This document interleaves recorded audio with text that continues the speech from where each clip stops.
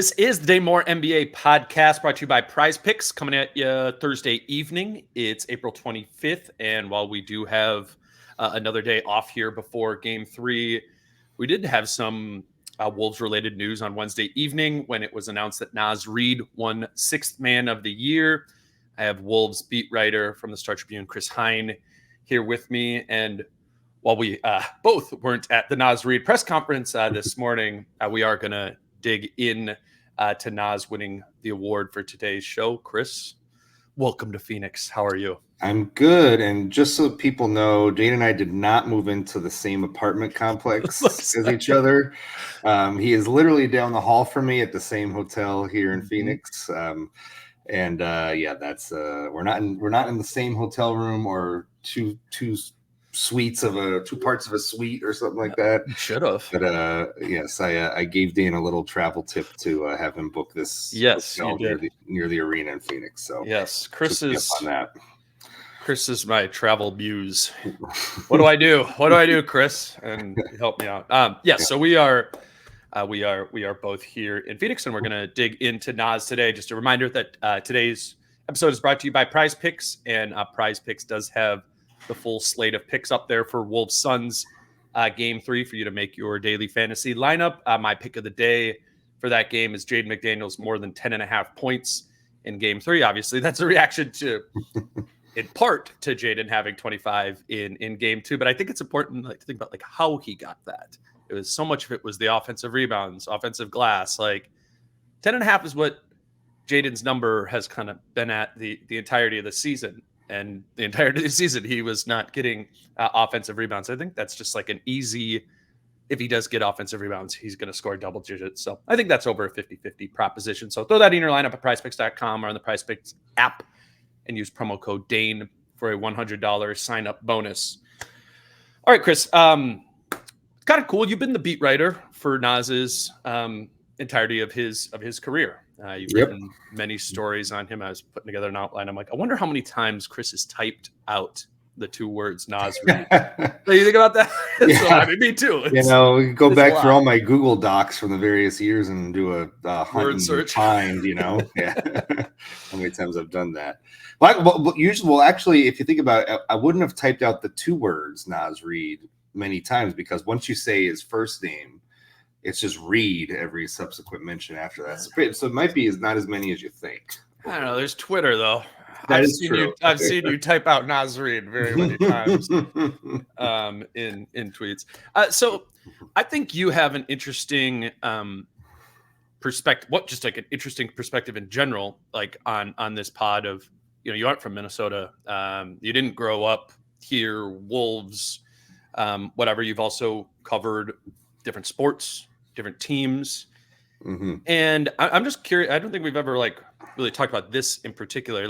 Have you had another experience of covering a player who was really a cult hero to a fan base? How unique is kind of the Naz experience been for you? I think that there's always fan bases always develop kind of these what's the word I want, affections or whatever for usually somebody on the team or in the organization towards the end of the bench. You see it in college programs, if a walk-on gets in the game or something like that, right? Stuff like that, right? So I think this is, in some ways, it's a little common. This is just on a whole other level, though, of just as the years have gone by, it's just become more intense. I mean, I feel like the corners of Wolves fandom were in on Leandro Bolmaro in the same way that they were on Naz Reid. And it's just that, Naz Reid took off and Bolmaro never really did. So and now it's just kind of become its own thing and it's become huger than I think anybody could ever imagine. So this is just in my career, very unique. I've been a sports writer now for 14, 15 years. And I've never seen anything quite like this fan base's affection, almost seeming not out of nowhere, but just the amount of it and the things that people do to display it is totally unique. That's and that's almost there's like two different ways I see it. There's like the, when we're at the game and there's the Naz Reid signs and the towels and there's those dudes who dress up as the Wizard of Naz and all of that. There's that part of like, okay, this thing's on fire. Like it is, if you are a Wolves fan, you're into this. I think like the origin of how it started is interesting too. And also like I've kind of talked about this before, but like very Timberwolves fan base where, I mean, there's been so many seasons over the last 20 years where, I mean, you get to the halfway point of the season and it's written, like, you know what the season is. They're not going to the playoffs. You're not going anywhere. And so as to, if you are going to continue to choose to watch Wolves games, right, go to Wolves games, you almost like need to have something else other than the top line guys, whether that was, Kevin Love and Rubio, whatever, back in the day, or Wiggins and Towns and stuff like that. And there's always kind of been, and I think it's a really cool thing about the fan base is like really actually trying to figure that out. Like who could this guy be that is getting the chance to play in garbage time or at the end of the season? And, are they, and there's been a lot that didn't materialize into anything. And I think with Naz, a big part of why it did latch on is because people took to him that way as a complete obscurity very early on, but also kind of as you started seeing like the first steps of progression, there was reason to believe like there's at least an athlete in there. Like there's a basketball player in there. And I think a lot of people kind of at different times through his 5 years, like did end up like putting their chips on his number, and then, spin the roulette wheel. And here we are. He's the sixth man of the year. And so to me, it's very emblematic of that part of the fan base, which I think is a really big part of the fan base. It's the part of the fan base that survived, these 20 years. Honestly, probably a big part of the listenership of this podcast, or for your writing, the people who don't miss stuff, I think, are the people who got in on Naz early, and in many ways for good reason. I thought it'd be kind of fun. I was just doing this on the plane. Internet wasn't very good, but I got up Naz Reid's basketball reference page. I just started like clicking through it, and I'm like, okay, so we both covered this team for 7 years, the entirety of Naz's career, and so we've seen each one of these 5 teams that Naz has played on. So if you want to just join me in Naz Reid history, trip down memory lane. Here we go. Yeah, it's fun. So just like jump in with any random thoughts that come to mind. But so 2019-20, undrafted free agent, right? He's on the team, plays in his first game on December 8th, 2019. It's garbage time, plays for 2.5 minutes, takes 2 threes, makes 1.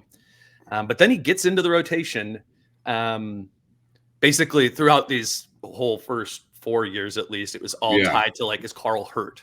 Right. And so he gets into the rotation just after Christmas, December 28th, in like real minutes, like he played in the first quarter. And I didn't remember it before, but I was watching a couple clips from it, and he shot 10 threes in that game. Damn, I'm gonna have to go back and look this up. I bet you remember it. It was Brooklyn. Who'd they play? They played Brooklyn. Okay. And it was like so Naz playing center. DeAndre Jordan is guarding him, quote unquote. Like, and he just wasn't coming out there because nobody knows. There's no scouting about him. Right. Nothing. And so Naz is just firing open. Away. Yeah. He's just open. And how many did he hit? 3. So it wasn't like he was hot, but he kept taking them. But that season, so Naz comes in his rookie year, undrafted free agent, two-way, ends up signing a minimum deal before the season starts. He's the 4th string center on that team. It's Cat, Gorgie, Noah Vonleh was in the rotation there. That. So for Naz to get even into the rotation, Cat got hurt. Gorgie becomes the starter, and then they eventually, at that point, at Christmas, Noah Vonleh gets traded a few weeks after this, or 6 weeks or whatever after this. But Naz kind of moves up to the 3rd string center. Noah Vonleh was part of the mass exodus at the trade deadline that season. That was when D'Lo came in and Wiggins went out, and dude, Naz could have been in those that trades. was Naz's first year. Well, Gerson was the team president at the time, and that was one of the things that he did was he signed Naz, and that was if you go back to kind of my story that I ran last week, one of the parts of it was that Naz was basically like, whoever the first team is that calls me is the team I'm going to sign with. And Minnesota was quick to the trigger on that one. So what if it's another team that calls him first? And the sliding doors of Naz Reid's career could be sliding doors. Could be very different. If somebody else got on that phone a little faster than the Wolves front office did that particular night. Right. Yeah. There was there was all those different trades where like Gorgie got traded. There was the Hawks deal, Rockets, Denver. It was a 4-teamer between the Rockets, the Hawks, the Wolves, and Denver. And that trade saw Covington go out, a first-round pick come back, plus Malik Beasley and Juancho Hernangomez and Jared Vanderbilt come back to the Wolves. And I think the Denver part of it. So Vanderbilt comes from Denver in that trade. Tim Connolly, one of 2 times trading both Malik Beasley and Jared Vanderbilt in his career. Yep. This is the first time he does it. Beasley and Vanderbilt coming here. But it could have been Naz. It could have Naz could have been the Denver one. It was Keita Bates-Diop who went there, both minimum contract guys like that. It could have been that. That was Tim was just setting it up for when he eventually came to Minnesota. That was chess, not checkers there, Dane. Eventionally I'm going to be running 5 this team. centers. I'm going to keep him there. I'm going to let him develop there a few more years, and then once he takes over the team, he'll be ready to go. Oh, it was but so then kind of the mass exodus happens there, and he kind of ends up playing that rookie season. That was the cut short by COVID season. They played 64 games, and season ended. They didn't go to the bubble. Year 2 is also for him is again that season that didn't start till Christmas of 2020.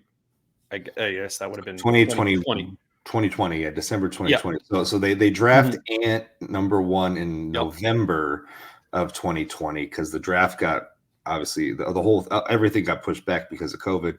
They draft Ant number 1 2020. Jaden was in that draft and Bolmaro was in that draft as well. And then the season started about 3 to 4 weeks later. It was right into training camp, right into the season, which is why people were wondering why isn't Anthony Edwards any good? And it was well, they didn't have a training camp. Right. He was literally drafted a month ago. Yeah. Playing games now. And so Naz was a part of that team, which was Ryan's final time as Wolves coach, and Finch gets hired in February. That season, if I recall, I think it was February. Yep. So Naz was the backup center on that team. I kind of forgot that. He was playing. He was playing right away. I mean, that was a really bad team. Ant's rookie season, but it was Cat, Naz Reid. They had a third center. Can you think of who the third center was on that team? Our listeners. Well, I remember that was the Ed Davis year. Yeah. Oh, yes. Yeah.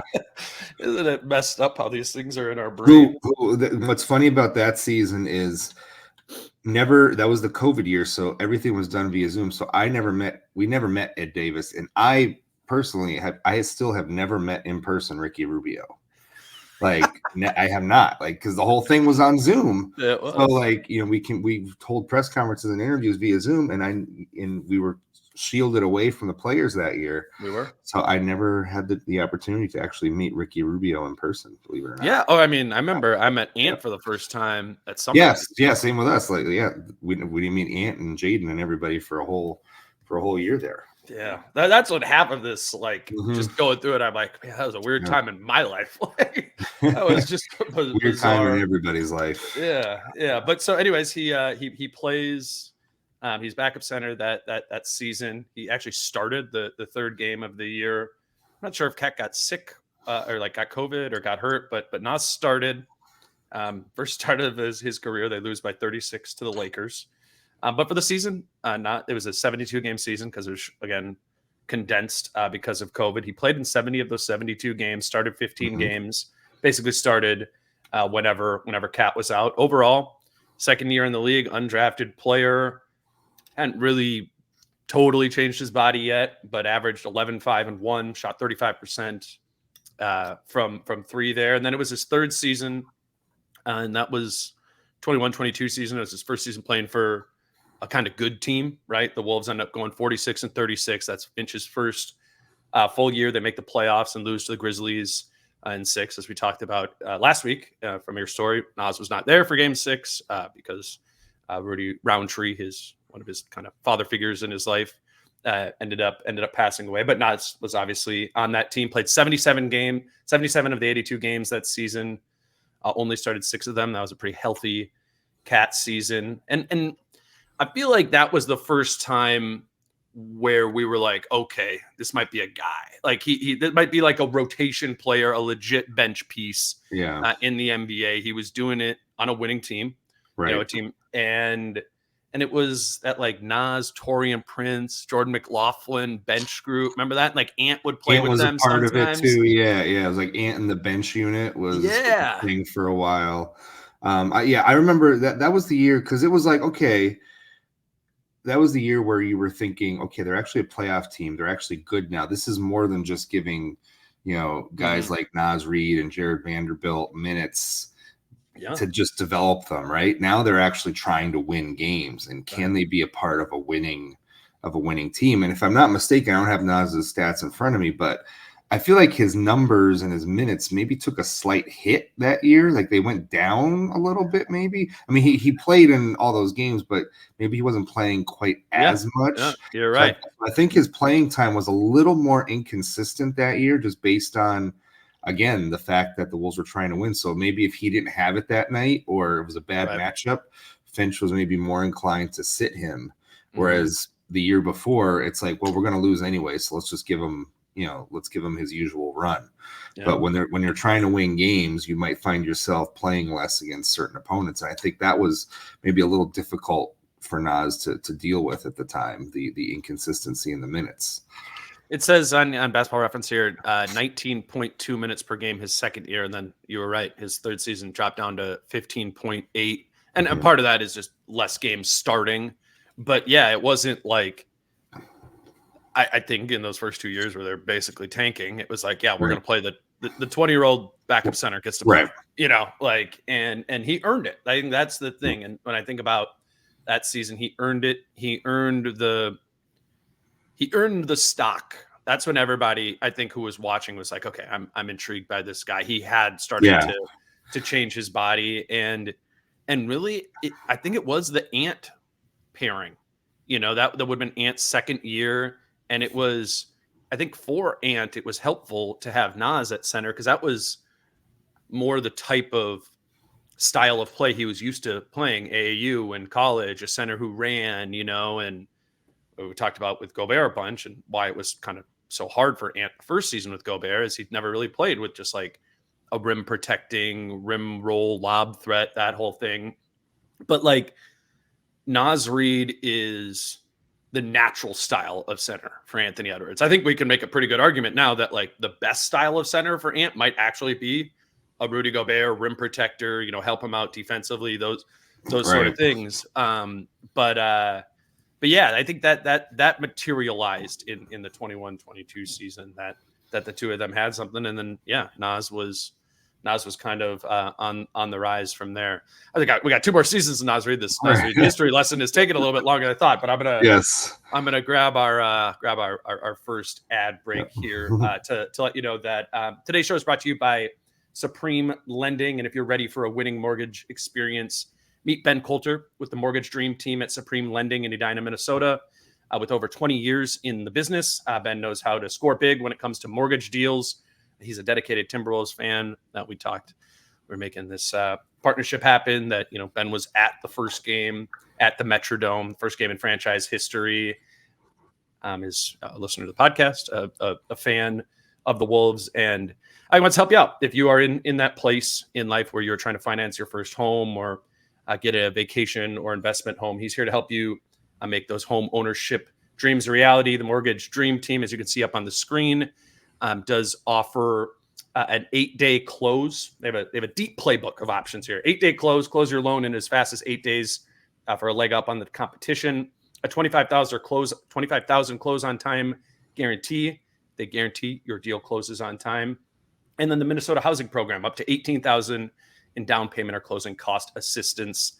In addition, if you mention T-Wolves special, you may be eligible for your first year at 1% below your note rate. You can call Ben today at 612-268-5454 or visit twolvesmortgages.com. That's in the show notes. It's up on the screen. You can use the QR code as well. Let Ben and his team help you win your dream home. And then also quickly, today's show is also brought to you by Autograph. They are a new partner for us here for the playoffs, and we're excited about Autograph, and we would love you to download their app. It's just a place where you're going to see, my podcast, Chris was writing, all the blogs, everything, kind of all in one place, and it rewards fans for consuming their Wolves content or whatever team you follow, consuming it from their community. There you get points for reading and consuming content through there, and they have a bunch of promotional things, rewards for that, discounted tickets to NBA playoff games, also exclusive merchandise, memorabilia, those sort of things. You unlock those rewards just by doing the things you're probably already doing, reading Chris, listening to me here on the podcast. So follow the news on your team, share your favorite content through the app. Just download the Autograph app and the App Store or Google Play Store today. You can use the QR code on the screen, but do use the code DaneMoore to let them know that you came from us. Free app for all your Wolves content. That's Autograph. All right, Chris. Let's keep going. This is going through Naz Reid history. 2 more years to go. 2 more years to go. It is interesting though. When I was sitting there, I'm like, oh man, this is taking weird turns. Because. Mm-hmm. Because it really got weird last season for Naz in particular. Yeah. For the here's another moment where we mentioned the mass trades before COVID, and now here's another moment where a lot of players go out in the Rudy Gobert trade, mm-hmm. and it could have been Naz as a part of that, but they held him out of it. Mm-hmm. And especially when you easily could have said, well, we have Rudy Gobert and Karl-Anthony Towns. We don't need Naz Reid anymore. We have 2 centers. Where's Naz going to fit into this picture? But they kept him. Mm-hmm. They didn't want to trade him. They wanted to keep him out of it. Him and Jaden, they wanted out of that trade. And they kept him. And I think it confused Naz.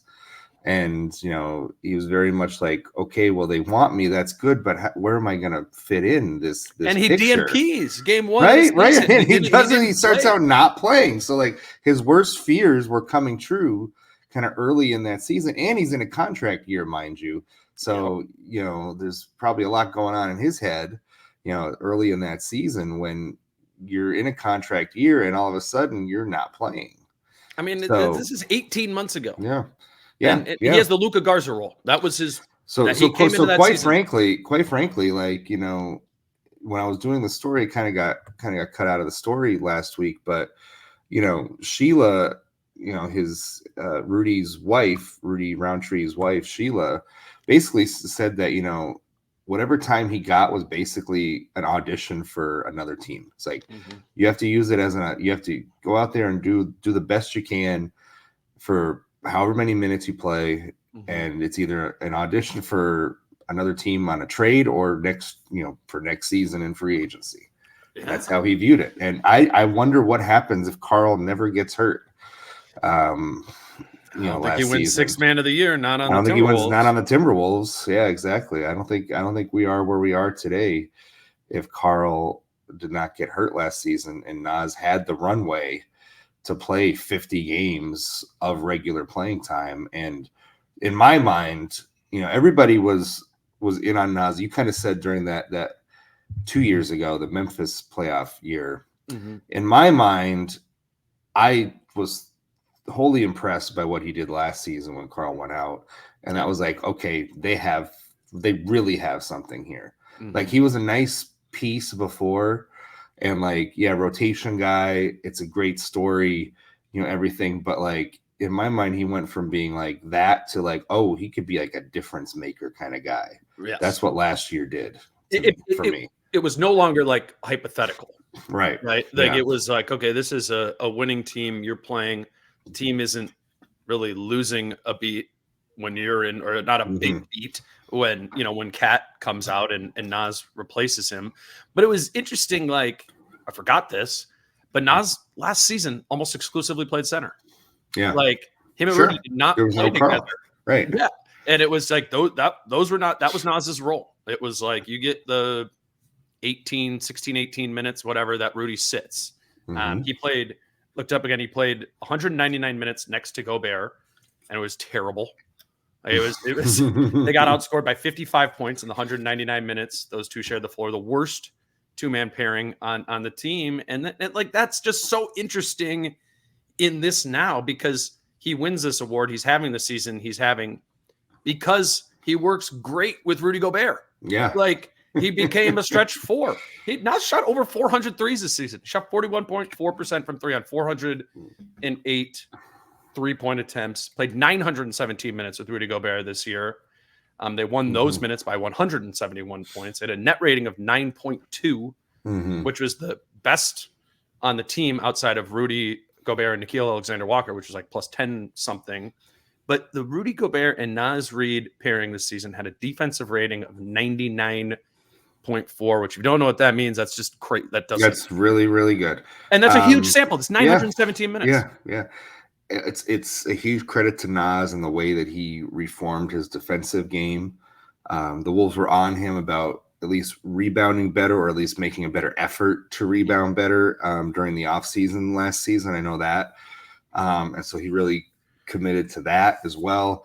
But yeah, honestly, it's just the way that he's been able to guard on the perimeter. He's quick. Yep. And he's been using that to his advantage. It's been great to see his development as all around, offensively and defensively, because I think we all knew the offensive game was there. Early on, we weren't as sure about the defense, but he's what won him the award. Man. He's fit right on it. Absolutely 100%. And I totally agree with that. I think that was probably the difference in some voters' minds.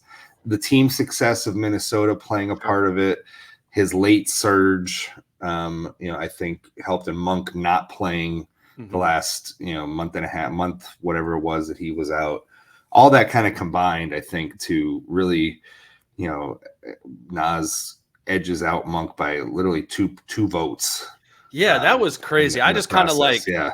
I just didn't watch any games last night, or wasn't watching when it happened, so I didn't even see like the voting stuff until today. But that was close. That's about as close as I've been monitoring these for like 6 years now, and I voted 1 year, and that's as close as I've ever seen any race.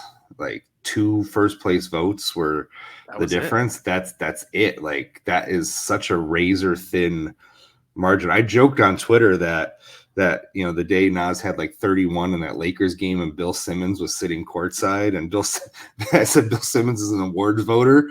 I mean, you just wonder, like, man, did that like have an impact on like whether it was Bill Simmons or anybody else who's a voter who was watching that game that day? Because I think it was an NBA TV game. Yep. Like, did they watch the game and say, hey, Naz Reid, holy shit. Well, like, I mean, that it is where he kind of earned it, was in that stretch. I mean, the rest. So Cat gets hurt game 62, or he's out for game 63 to game 80. Cat misses those 18 games, which the 31-point game against the Lakers happens in the middle of, right, at some point there. But that's where he won it, right? He won it by being helpful all season. And on both sides of the ball, as we pointed out with those defensive numbers. But he averaged 18, 7, and 2 when Cat was out, shot 43% from three on 7 threes per game. It was like, before that, it was kind of like a cute, like, oh, Naz is going to be on the ballot for sixth man of the year. And then when he just started rolling there and the Wolves as a team not really missing a beat, I think that's where it started becoming deserving. But I just think, like, I don't know, I haven't paid that much attention to sixth man of the year, I guess, in previous seasons from like really thinking about it from a voting perspective. But I think all 5 of those guys who got votes were really good this year. Like Malik Monk was really good. I probably would have had Norman Powell next, but Bobby Portis was really good. Yeah.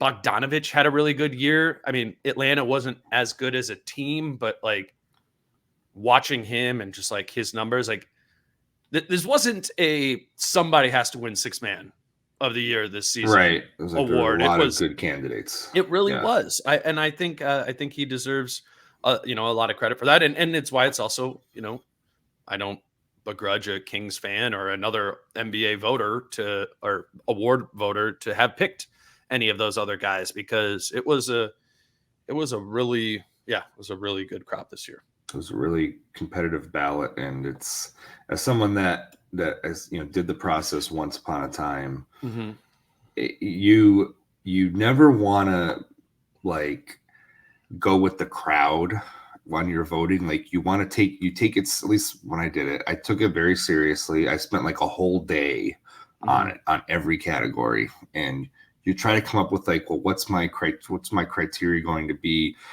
on all these awards? How am I going to factor offense, defensive numbers, all that stuff? You think about all that stuff, and then you come up with whatever you come up with, and and then it gets publicly revealed, and sometimes the voters get clowned on Twitter as a result, because they came up with something that they have a reasoning for, but it's not the consensus of NBA Twitter, so you get raked over the coals for it. So you now opt to not vote, right? I opt to not vote now. I did it as like a favor the COVID year. I thought like the NBA just kind of needed people, like, because it was COVID. So I did it 1 year. And they have a lot of beat writers. They try to get a lot of there's like over 100 people that do it. Like if you look at the standings, like of all the awards that come out, there's like over 100 ballots out there, right? It's people who cover the league, whether they're national broadcasters, writers, media, but they're all kind of media personalities in one way, shape, or form. But the reason why I don't vote and other writers don't vote now is because the all NBA stuff and the contracts, like if he makes all NBA, which it's looking like he's going to, but Anthony Edwards makes what, $40 million more on his next deal. Yep. And you have some power in whether or not that happens. That's journalistically a very kind of murky area, like, and especially because at the end of the day, those ballots get publicly revealed. So the player knows, the team knows whether you voted for them or not. And it's just a very murky area. Yeah. I've seen a player and voter interaction happen like a season later, and the player knew and they had a conversation, about it. Yeah. Wasn't happy. I mean, I guess that's kind of all on the side of like, are we doing this the right way? What's the right way to do it? What I do always note from the media side is this is collectively bargained. Like they put this into the Players Association chooses this to be the way that the awards are voted. It's not like the media or how contracts are escalated or not. This is the mark. The All NBA is the marker for doing so. So I mean, it's very strange. Which is why I don't vote. Yeah, it's a flawed process, and I don't think, in my opinion, that beat writers should do it. I don't. There's got to be a better way. Well, or maybe there's like some sort of immediate, like with All-Star voting, like media is a part of it, but it's not the whole thing. You know what I mean? Like it's just important. One, it's important from a monetary standpoint. It's important from like a historical reference standpoint, and and what we can talk about from covering a team every single day is it's extremely difficult to stay up to date with the other 29 teams. It's particularly like in the Eastern Conference, we only see the Hawks twice a year, right? In person. And then it's kind of like, you just have to like take on some extra time to be able to like stay up to date with who's second team all defense or second team all rookie. Like that's not that I should not be voting on that because I am watching the Timberwolves, it's a funky thing. I mean, I don't know.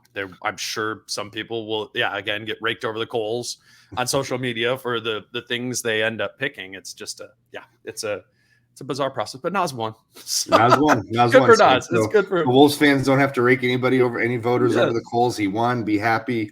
Yeah, maybe. I'm sure, I don't know. Like, will Jaden get all defense? I think Rudy will get defensive player of the year. I don't know. Ant will get all NBA. I think if you're predicting this, Ant will be all NBA, probably second team. Rudy's going to be defensive player of the year. I think the questions, Finch is probably going to finish third for coach of the year, I'm guessing. And then I think that the other remaining question is, does Jaden McDaniels sneak in on the second team? I think all defense. Which I think he has a shot at, because I think people might just go like, oh, Minnesota, best defense in the league. Okay, I'll vote for Rudy and Jaden. But we'll see. Even though you would like maybe argue like in a vacuum, Jaden last season defensively might have, not that he's having like a bad defensive season this year, but it's like if he was I don't percentile. I don't think people were paying that much attention to the night by night bingo Jaden McDaniels experience. Well, to your point, right? Yes. People were not paying attention to the up and down year that Jaden McDaniels kind of had this year. Right. They'll just look at the fact that the Timberwolves have the number one defense. Rudy's defensive player of the year, and Jaden McDaniels, I hear he's pretty good at defense too. So he must have had something to do with this as well. So check him off on maybe the second team or something like that. That could very easily be how it happens. Chris, let's get back to Naz a little bit here. In the sense of the series, he obviously great season, deserving sixth man of the year, and hasn't been really good in games 1 and 2 of Wolves Suns. He's only played 36 total minutes in those two games, 18 a game, only has 17 total points, 2 for 9 from deep. He only has 4 rebounds in the 2 games. I remember watching it back. Nurkic got a lot of offensive rebounds over him.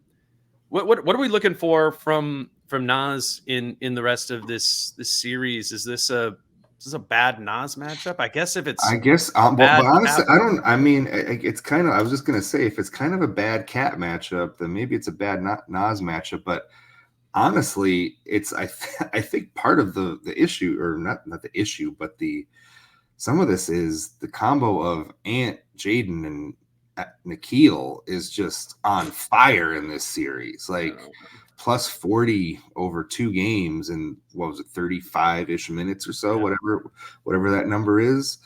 Like when those 3 guys are on the floor with Rudy manning the rim, like that's been the gold for the Wolves in this series. It's such a perfect way to match up.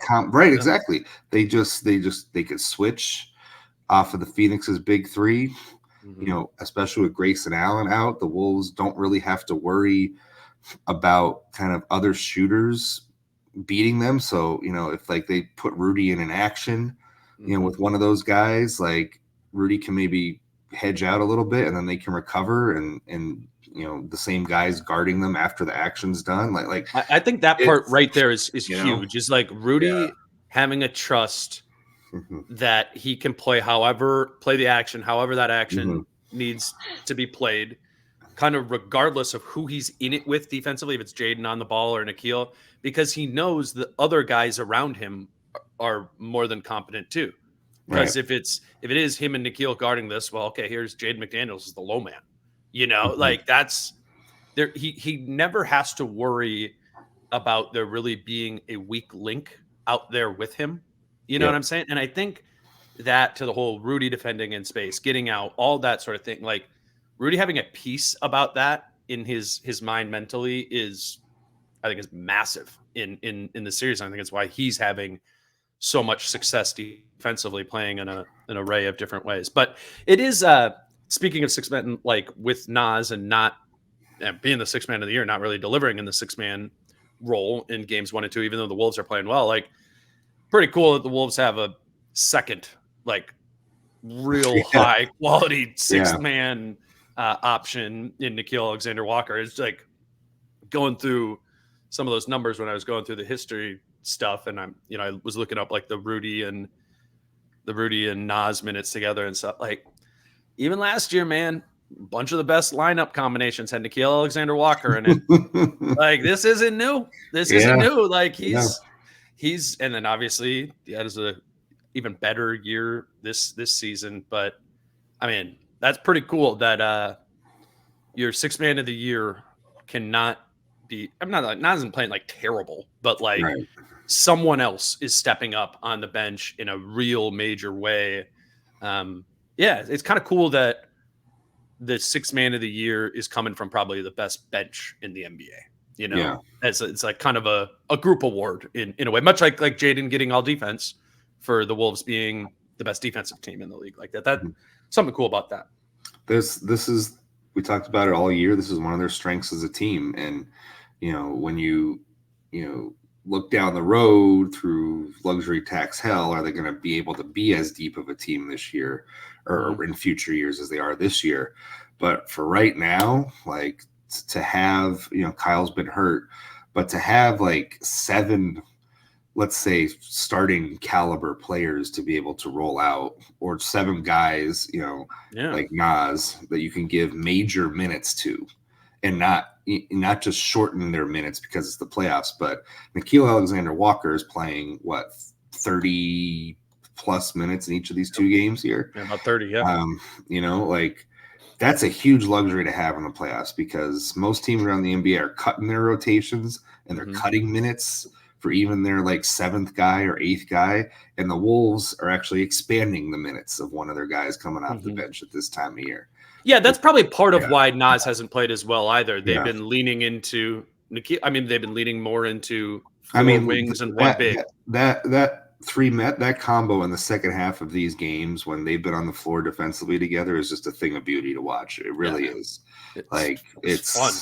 It absolutely is. And I think that is the unit that is just crushing the soul of the Suns in this series. Is they don't have an answer. Like, the whole thing about Phoenix with the big 3 is you're trying to make the math work, right? It's like most teams are only going to have 1, maybe 2 decent perimeter defenders to guard 3 guys, right? So what are you going to do as a team? And then maybe not have the quality of rim protector that the Wolves have, behind them. So, but when you throw 3 guys out there that are able to guard those 3, and they're all kind of heavy isolation players to begin with, man, does that gum up the works for Phoenix offensively. And even like that Kyle Anderson doesn't need to play. Yeah. Like, just from a defensive perspective, like, they're kind of like, we're kind of good. Like, and Kyle Anderson in any other series against the Phoenix Suns on any other team would be getting a lot of minutes to guard Kevin Durant. Like, that would, if the Suns played the Thunder and Kyle Anderson was on the Thunder, Kyle Anderson would be playing a ton. And the Wolves have this luxury of being like, well, with Kyle, that might hurt us offensively. And he's hurt, that's a factor here too. But like, even once Kyle Anderson is back, like, he doesn't have to play because the Wolves have those perimeter defenders. And then Naz played 16 minutes last game. Like, there's just, you would probably rather give him 8 more minutes or whatever than, jam Kyle into the rotation there. So we are seeing the depth of this group, even if Naz isn't individually, playing super well. I think, like, if they do get on from this, the Denver series would be really good for Naz. 100%. They're gonna need all hands on deck to guard Jokic in that series, whether it's Karl, whether it's Naz, whether it's Kyle, and sometimes maybe Rudy straight up. Like, they're gonna need all 4 of those guys to tangle with Jokic. Should that be a second round match? Let's not get too far ahead of ourselves here. But yes, it's just that would be more of a Naz series, I think, for sure. That like if the Wolves do get to Denver, that they can. It's a cool thing to the bench point that they can shape shift in that way. They've had to slide down to playing 4 wings more often to against Denver. They're going to want to play 2 bigs all the time, and they can. You know, that's another testament to just this roster construction right now. Go ahead. I was going to say I do think a Naz offensive game is coming in this series. This is just who he's been all year. I mean, he might go quiet for a game or 2, but he always pops back up. He always has one of those outbursts where you're going to see like 15 points in the first half or something like that. I feel like one of those moments is coming. Yeah, I think it's going to have to come from the pop and the shooting the 3. Yeah. Like when I was watching it back, I obviously kind of knew like, okay, Naz has kind of struggled in these first 2 games, and we're so used to seeing him like when he's attacked the basket this year, it's been against backup 5s. Well, now it's like Royce O'Neal on him, Kevin Durant, like guys who can move their feet with him against the drives. Like I don't think we will get a big Naz like attacking the basket game in this, because to Phoenix's credit, they got a bunch of those type of guys, right? Maybe if he gets Eubanks on him or whatever for some sort of stretch, I could see Naz hurting that. But I think that's the thing. It's like get that like pick and pop action where Naz just like peels out of it and is open all the time. Take those decisively still, and then I think if he just like turns the dial up more towards shooting rather than attacking, kind of like we've said with Carl a lot as well in the series, just for the 4. If you can do that in this series, I just think that's kind of what the Phoenix matchup demands. What are you expecting in game 3 here? Obviously vibes are high, 2-0 headed to Phoenix, but wouldn't be the first time that if a team got up 2-0 convincingly and came back home 2-2. It doesn't really feel like that. It feels like the Wolves have a lot of answers here, but what are you just thinking about for tomorrow? Wolves are firmly in control of this series, I think, because of just how the first 2 games played out. Phoenix had 2 off days to come up with adjustments. They came up with essentially nothing, and Grayson Allen got even more injured. Have not seen the injury report from them to see. I saw Jace retweeted one of the Suns guys that he's like he was a partial participant, and looks like he has a chance at playing. I think he's going to be one of those like I'm playing through a sprained ankle if I play sort of situation, but it seems like a pretty good possibility that he at least tries to give it a go like he did in game 2. But that's big, right? Like them having him. Yeah, for sure.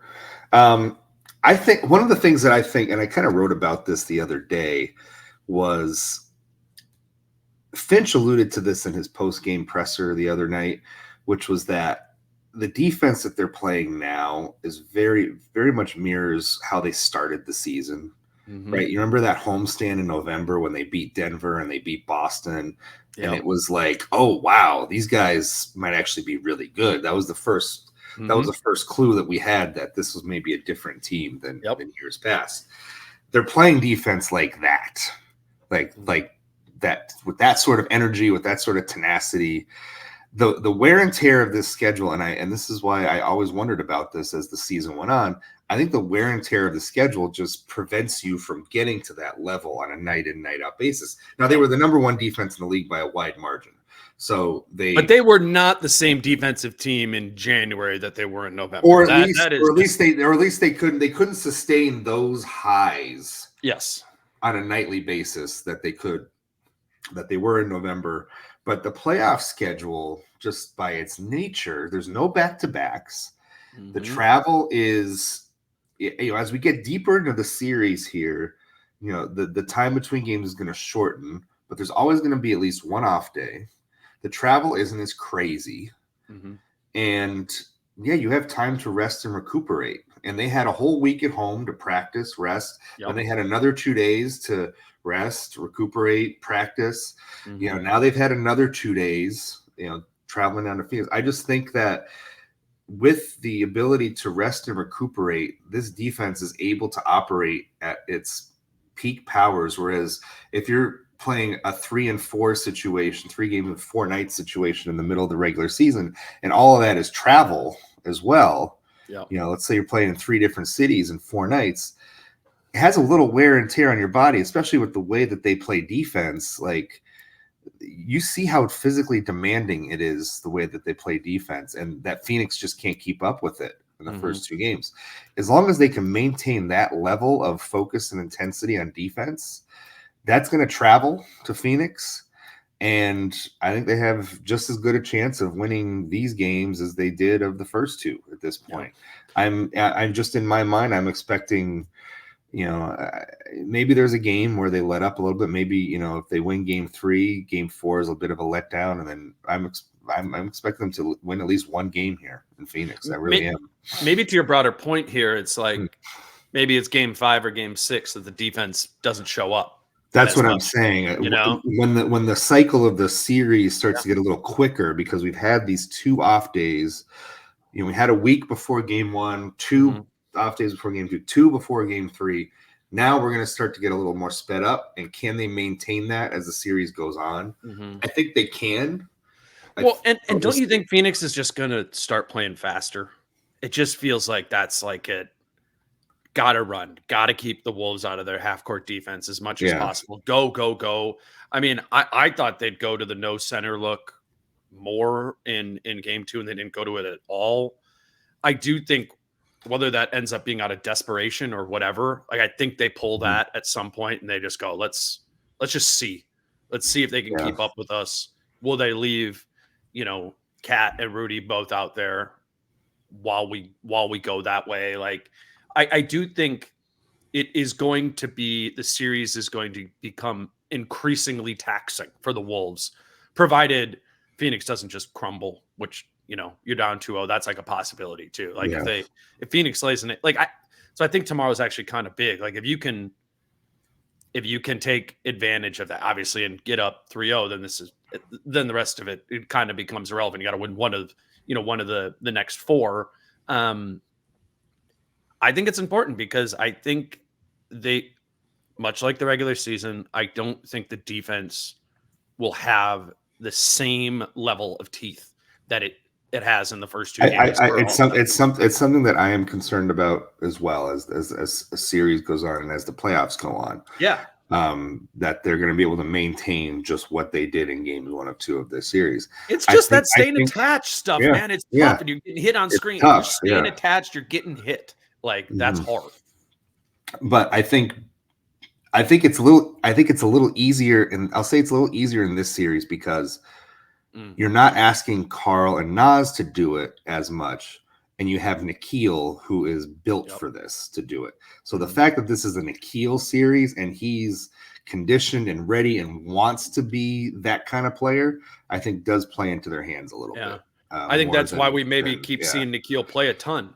Because maybe Phoenix does start trying to target that. All right, who is Naz guarding? Who is Kat guarding here? Listen, Finch is not afraid. I think we've seen in these 2 games, he is not afraid to sit Karl for extended periods of time if Nickeil's out there and it's working. And so Phoenix cannot pick on Karl in any way, shape, or form. He will sit Karl. Yeah. And Nickeil will play more minutes than Karl, foul trouble or not. Nickeil will play those minutes. Yeah, and it does, from like a Finch standpoint, it's just shaping up very well to be like, hey, Karl, we need you big time next round, because they do. That wouldn't be placating to him. Like, right. Karl Anthony Towns, if they get to a Denver series, becomes a major part. Yes. He's just the most important piece on the entire team, I think, because he could really swing it, to make their defense work against Nikola Jokic. It requires Kat guarding him.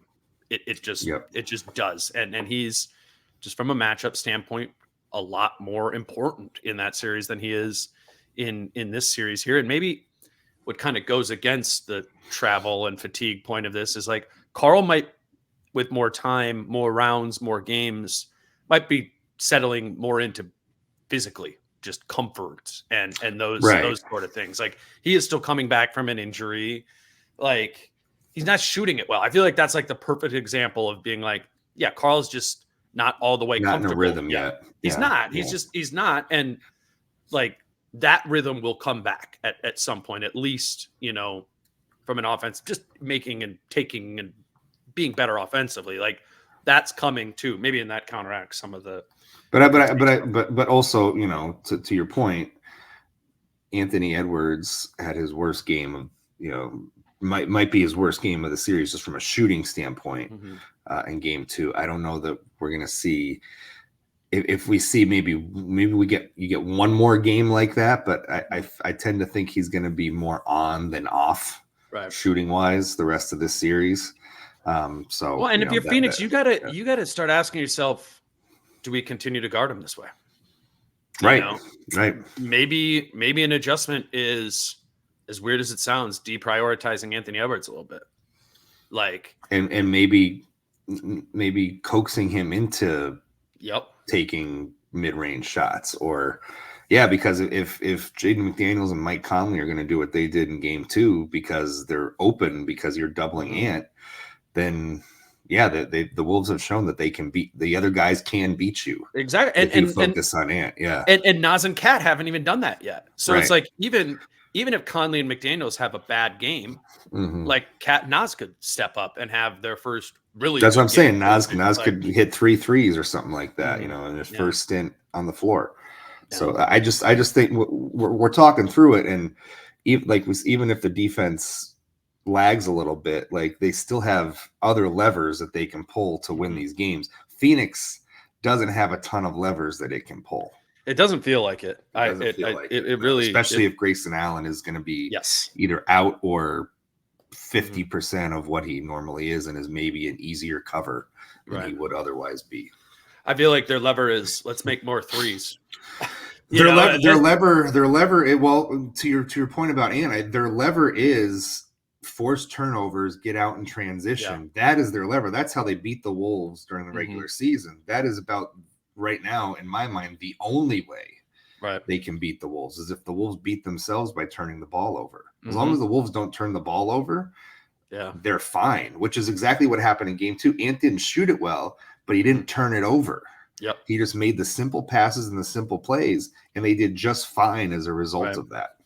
It's the single biggest thing of, when we're at the game tomorrow, and if I have the thought of, they might lose this one, it will be so tied to Ant and what he's doing from a playmaking versus scoring versus how much he's turning it over standpoint. And obviously that was the script in the regular season.